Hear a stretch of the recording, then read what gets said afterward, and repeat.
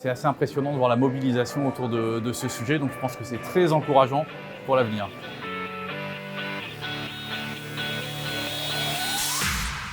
Le sommet de l'inclusion économique 2022, organisé au ministère des Finances par la Fondation Mosaïque sur le thème Agir avec impact, a réuni plus d'une centaine d'entreprises, institutions et associations prêtes à s'engager en faveur de la diversité et de l'inclusion économique. Et 10 000 décideurs se sont mobilisés à cette occasion.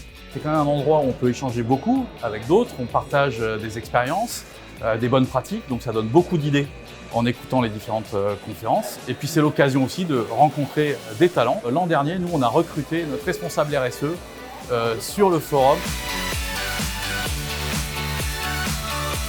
Il faut se rendre compte qu'aujourd'hui, ce sujet devient une évidence par rapport à il y a 15 ans, mais c'est loin d'être gagné et que si on ne se saisit pas de ce sujet-là, on va être en décalage par rapport à son marché, par rapport à ce qui est attendu d'une entreprise citoyenne. Je sens qu'il y a une ambition qui est montée, je sens qu'il y a une envie de collaborer et je sens qu'il y a une envie de réussir. Près de 50 plénières et ateliers ont eu lieu dans les locaux du ministère à Bercy. L'occasion de partager des pratiques et de confirmer des engagements forts en faveur d'une société plus inclusive et pour faire avancer ce sujet créateur de valeur pour l'économie de notre pays. Le gouvernement est totalement mobilisé pour valoriser les talents de notre pays, quelles que soient leurs origines. On a 17 500 personnes en France qui travaillent pour nous. On est en permanence en recherche de nouveaux talents.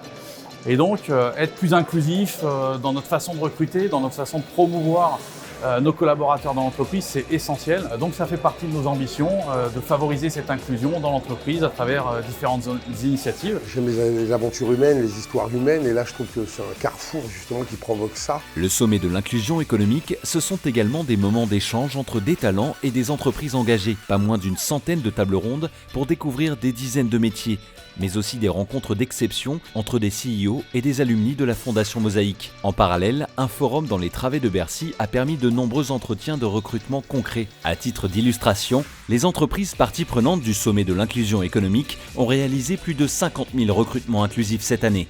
Le sommet de l'inclusion, c'est vraiment important. On n'a pas souvent la chance de discuter avec des recruteurs et des dirigeants en face à face. Ce qui, moi, me porte, c'est la part de la mission sociale des entreprises. On va essayer de faire du buzz sur toutes ces entreprises qui recrutent, qui sont dans des positions d'ouverture forte et surtout qui ont compris en fait avant les autres que la diversité c'était une source de performance économique. Et la nouveauté cette année, ça a été aussi d'embarquer les entrepreneurs. On a lancé un fonds de financement dédié à l'entrepreneuriat. Les porteurs de projets et les entrepreneurs issus du quartier populaire ont besoin de notre soutien. Moi, ce que je retiens de cette journée formidable, c'est qu'il y a une attente de la part des entreprises.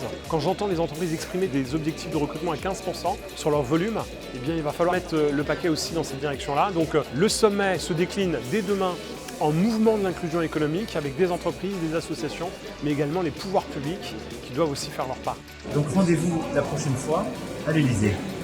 Je vous accueille et on lance de nouvelles initiatives. Ne lâchez rien.